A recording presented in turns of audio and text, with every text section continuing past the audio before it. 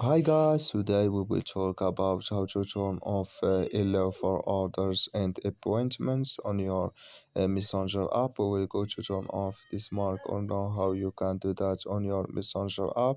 All you have to do, you just go up, you click here on app, then it's going to show for you window like this, and you click here, you go up, you click here on this mark settings here on app, then it's going to take you to next window here like you say, and you just click here on orders and you come here to this window, you click here on order settings and you come here to allow for orders and appointments, and you just click here on this mark or this color, and like you see color it's gone, that's mean it's turned off.